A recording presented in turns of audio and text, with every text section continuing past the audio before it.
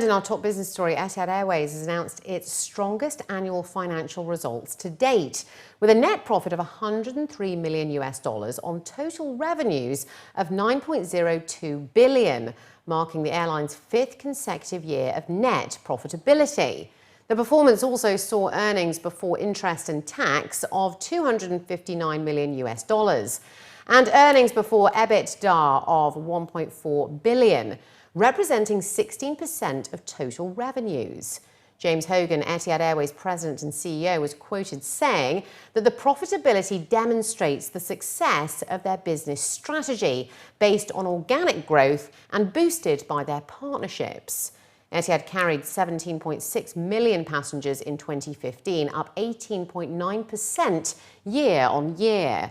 Revenue passenger kilometres, which measures passenger journeys, increased 21.3% to 83.2 billion, while in total the airline operated 97,400 flights covering 467 million kilometres. 6 new destinations were also added to Etihad's global network: Kolkata, Madrid, Hong Kong, Entebbe, Edinburgh and Dar es Salaam, and capacity increased on 16 existing routes. It was also noted that Etihad now offers a combined passenger and cargo network of nearly 600 destinations through its 197 interline and 49 codeshare partnerships.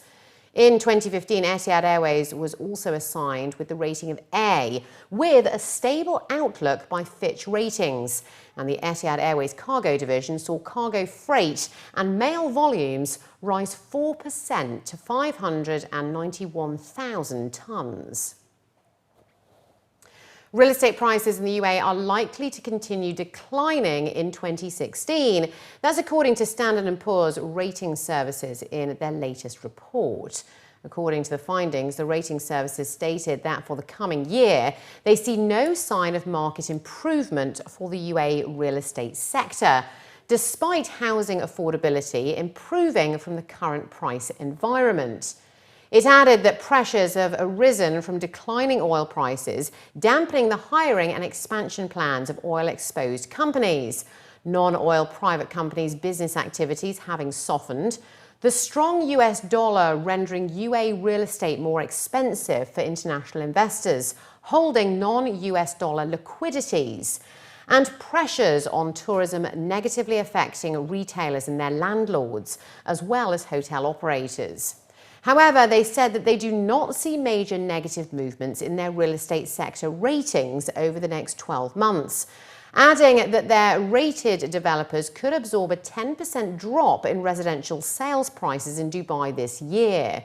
It was added that developers' revenues should remain robust in 2016 despite headwinds. They added that a rebound in oil prices, as well as a weakening US dollar, would also likely reverse the negative trend. With more than 2 billion people expected to cross international borders every year by 2025, CEOs in the hospitality, travel and tourism industries highlighted efforts to promote the freedom of travel, while also offering innovative solutions to overcome challenges facing the industry.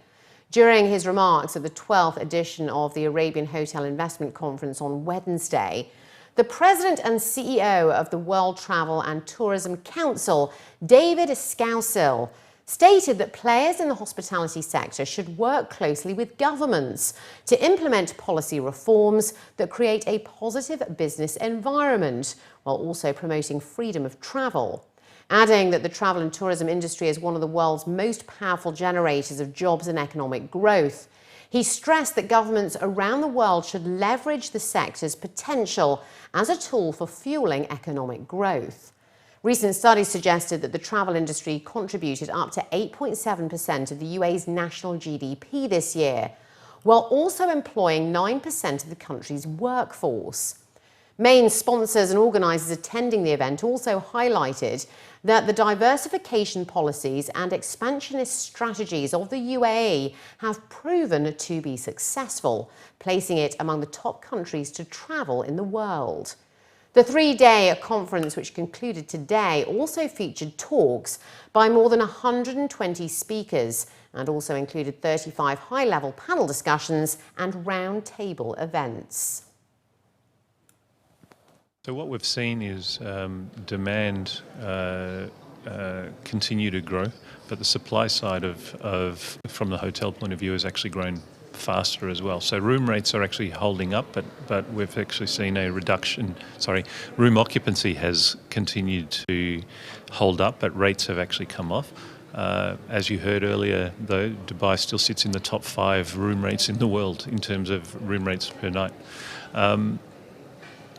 Banks are looking at it positively, and I think if I look at my own clients who are continuing to develop, there is confidence in Dubai and the Dubai story.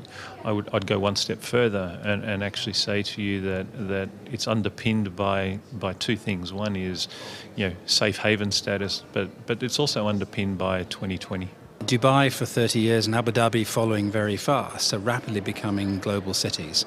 And it's global for a number of different reasons. It's global as the crossroads of people moving between the Emirates, between points east and west and north and south. And it's global because of the people that are staying in Dubai and Abu Dhabi particularly and spending their money here, whether on business or on leisure. So the outlook for the UAE is very, very good in the next few years. From a consumer perspective, having low oil prices is great because the consumer has more disposable income, which they're going to deploy in spending for their vacations, and it's bringing the airfares down. So from our industry perspective, it's absolutely positive benefit. For the oil-producing countries, it is going to be slightly negative in the short term because all the investment going to that industry is going to stop for a while. And what we're saying to governments is, and you witnessed the announcements in Saudi Arabia yesterday, is when you need to diversify from your oil industry, then travel and tourism is the best way to generate that economic growth and to create jobs that you might be losing in the other industry. It was the last day of the 23rd Arabian travel market, and this year, the Philippines set a new milestone by bringing its largest Philippine contingent yet to the leading fair. The Philippine Department of Tourism is spearheading the country's participation at this year's ATM, and a total of 30 travel companies representing the Philippines' top hotels, resorts and travel agencies joined the annual showcase. Officials from the delegation announced that as a part of its program for the Middle Eastern market, the Department of Tourism will be introducing its halal tourism program, which is specifically designed to meet the food requirements of Muslim travelers to the Philippines. They added that the department has so far issued 16 hotels and restaurants in the Philippines with halal certifications, and 34 more are expected to be certified by the end of May this year. Last year, the Philippines welcomed over 83,500 tourists from the region, up 9.69% over 2014, with arrivals from Saudi Arabia and the UAE as the 2 largest markets. We're here to show them a message or deliver a message that more than ever we're eager and ready to receive their travelers. We're also taking this opportunity to announce that we've rolled out the Philippine Halal Tourism Project that aims to fast-track the certification of 50 resorts and hotels all over the Philippines, just to also share the message that here we are, very serious in making their visit to the country possible the soonest time. When we started the year, we almost had zero awareness about the Philippines among the markets here, but just this year I was speaking to some of our stakeholders.